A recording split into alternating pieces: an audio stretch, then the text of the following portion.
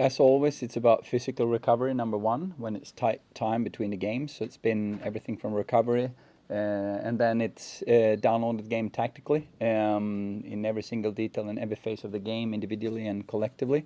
But then with this short of time to the next game, it's just prepping for what's coming. We had a really good training session today. By the way, what a stadium. Wow. Can't picture what it's going to be like in an opening game in the World Cup. We actually gathered a team out there on the pitch after the game to take a picture, kind of say, hey, let's fly in time here and picture this is the 19th of July, the day before a World Cup opening game, and get that feeling and that vibe. And I think something happened in the players today when they came to the stadium, because this is one of the most energetic trainings we had in a while. So if we can bring that type of energy that we had in training today, I'm excited about the game tomorrow. Okay, first question. Vince. Tony, can you just give us a fitness update? You know, who are you missing for this game? Have you been able to bring anyone in? That sort of stuff. Hopefully, we have a meeting with the M team tonight. We tested some of the players in football, but also afterwards in some high-speed running, because we have some soft tissue issue in some of the players that weren't available in the first game. And we will hear tonight how they responded to that. Steph Catley is a question mark, for example. We decide that tonight. Caitlin Ford went through the training good, but we need to see how she responds tonight to that training. Those are the two ones that Meeks trained fully as well, Tamika Yallop. Also Courtney Vine trained fully. So hopefully there's some more players available for the game tomorrow, but I won't know for certain until tonight. Follow up, Vince? Have you been able to bring anyone in? Did you need to? Did you look at your options? We looked at backup options, but we said let's wait for the training today, because if 3 to 4 players pulled up well tonight, we don't need it. And if we do get an option that we can bring someone in, we do it late call tomorrow, just as a backup on the bench, so we have numbers at least. But it doesn't look like we need to right now, because in the training today I actually had 19 outfield players that fulfilled the training, but that includes Steph. That is a little bit of a question mark, so it looks better going into this game than the first one. George. Alana went off on Saturday. What's the situation there, Tony? It's a hamstring issue. She's not going to be available for the game tomorrow. Hopefully it's not a major one, so she can come back quickly. But I think she has a scan, or maybe it's today that she has a scan to see what it's like, to see what, how much of an injury is it. I guess looking forward in a scenario that could happen at the World Cup, if you speak, where's your kind of thinking out there? If you look at what we've done over the last year and a half, we've looked at a lot of different centre-back options, everything from young players to middle-aged players to more experienced players. And right now, if I look at the roster that I brought here, the two most natural backup centre-back is Courtney Nevin, if we want to play with a left foot. She had 2 good games against the US as centre-back. We also have Iva Luik, who's, by the way, has played really, really good football over in Häcken in Sweden when she signed with them. And she showed in the Olympics as well when she started 3 games as a centre-back in a back 3 that she can play there as well. Those are the 2 most natural ones. And then Steph Catley, as everyone knows, could be brought in there as well if she was available. Tony, you mentioned the stadium before, and obviously it's a big week across all sporting codes. How important is it for you that the team gets a result tomorrow night to celebrate that? Everything is about momentum in sport, right? To get that momentum. And I've been around in this game long enough. These 22 years have taught me that sometimes you need a result just for the momentum and the belief around you, right? So in that sense, it is important. Internally, there's still, and I know some of you might be sick and tired of me saying this, but internally we know what we've done, we know where we are, and there's a belief in the process. And I don't think that belief is going to be lost even if we lose the game, if that makes sense. I would be more worried if the game didn't look good.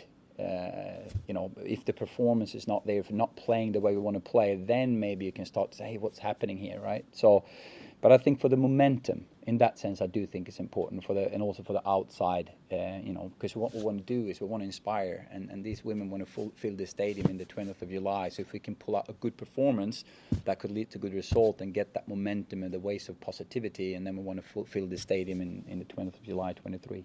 I guess just on that as well, in terms of the momentum and creating those memories here, given the run to July next year, it's a pretty golden opportunity for the Matildas to kind of make this ground their own in that regard as well.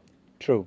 we spoke about it even in Brisbane, because we get the opportunity to play in the stadiums we're going to do in the World Cup. We're going to kind of set a mark and get that good feeling. Unfortunately, we couldn't do that in Brisbane, and I hope we can bounce back and do this tomorrow. Next questions. Michelle. What would you like to say to football fans who are concerned about these results that haven't been quite the best so far? I mean, it might be unfair to ask for trust in the process, but I understand what it's like. I do.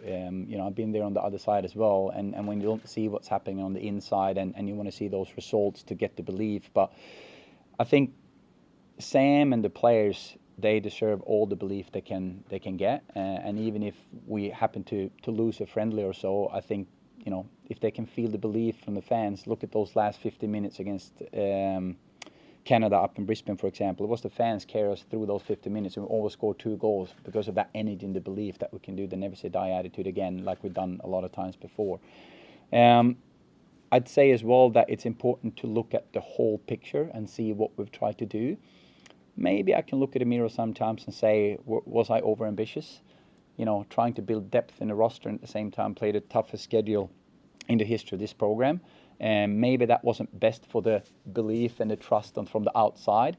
But I was very clear with the federation and with the players what we were doing. So I think internally the patience is there, the trust is there, the belief is there. But externally I understand the question. I do. And it's fair.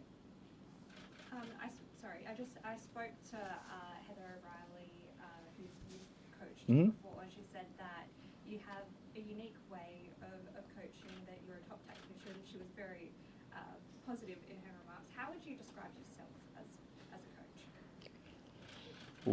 coach? I'll leave that to others, I think. I loved working with Heather, by the way. What a warrior. She always ran the longest on the fitness test we had, and she always gave it 100 on the park, but also always wanted to get better. I guess I do love the green field of chess. I do. I love the tactical part of the game. But I also love working with people. You know, it's people first and players second. You work with people, staff and players, and I get the opportunity to do that as a coach, combine the two passions in life, working with people and working with the game. And you know, I'll let other people describe me as a coach. Maybe Mel and Maud in the back of the room can explain how it is working with me as an assistant, as an analyst. But yeah, I'll leave that to others. Vince. Tony, what are your discussions looking like with the Federation at the moment? I'm sure they're not thrilled with the results and would like to be in a better position in that sense, this close to the World Cup. Yeah. But, I mean, I take it they're on board with what you're doing. Well, what I'm really appreciate is the support they showed after the loss against Canada. You know, when people from the top comes down to the pitch and show support and you know, hey, head up, let's go, let's keep going, and they obviously have an understanding of the process, but as everyone, they also want to get the momentum, right? So it's natural that they want some results as well. But because they have maybe a better insight of the why we are where we are and what we're doing, maybe there's a little bit more patience there than outside of the federation, so to speak. Sorry, just move to you. You mentioned trust in the process and whatnot, and I look at a couple of issues, and I think the depth in the back line is definitely one of them. You know, unfortunate injuries, Ellie Carpenter, you mentioned Alana Kennedy as well. Is there any, I guess, chance of looking at bringing in a bolter as late depth, say for example Sharon Gallagher, who impressed with the under-20s over in Costa Rica, who can kind of also play anywhere on the pitch that she's needed?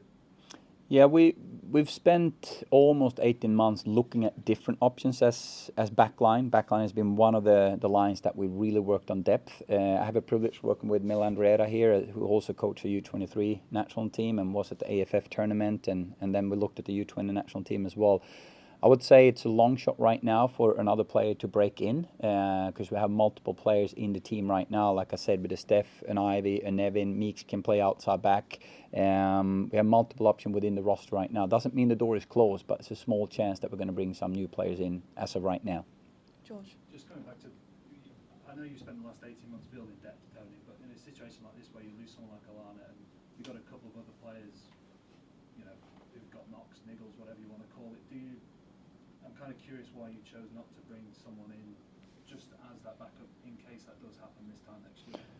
Well, there's two answers to that. One is budget, I'm limited to the numbers of players I can bring into camp. So when I announce a roster going into camp, there's always a set number of players I can bring into camp. So that's the first answer. And when I do that, I obviously need to look at, okay, who's available, who has a knock, who is, unfortunately we did get players that we thought was 100% coming in, got niggles in early in camp, which, and then you ask, should we bring someone in, shouldn't we bring someone in? And there's nothing right and wrong in that one. But for example, we brought Yada in, the fourth goalkeeper, when Macca had struggled with the back because she couldn't even train the first 2 days.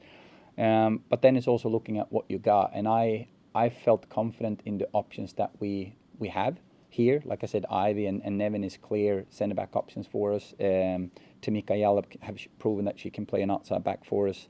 We also looked at Cora Vine as a wing back with her speed. She's not maybe ready to play an outside back in the back four yet, but I felt that the players we have given me enough depth to not bring someone in now. Doesn't mean I'm not going to do it in October. Tony, just coming back to your comments before about reflecting on ambition, that's a pretty honest admission, I guess, to speak about that. Is that something that's been weighing on you? Have you been questioning the decisions that you've made in the journey up now? Explain that again. Just in the question before about the recent run of results, you said that you had been reflecting about whether you were too ambitious. With Right, your approach okay. in terms of, I'm with you. I guess, that's a pretty honest assessment of where things are. Well, if I ask the players and the staff around me to always want to get one day better, I need to live by example. I can also learn. I am a very ambitious person. I want the best for the team. If I were 10 or 15 years earlier in my career, I think maybe I would have made a couple of different decisions to protect myself, play some easy opponent, get some popularity, and buy some time as a coach, classic that some coaches do. I felt this time around it's not about me, it's about the team. And we identify some improvement areas, or actually the federation did even before hiring me, the gap report, for example. And it was very clear in my contract that they want me to work on that gap with fringe players and invest in that.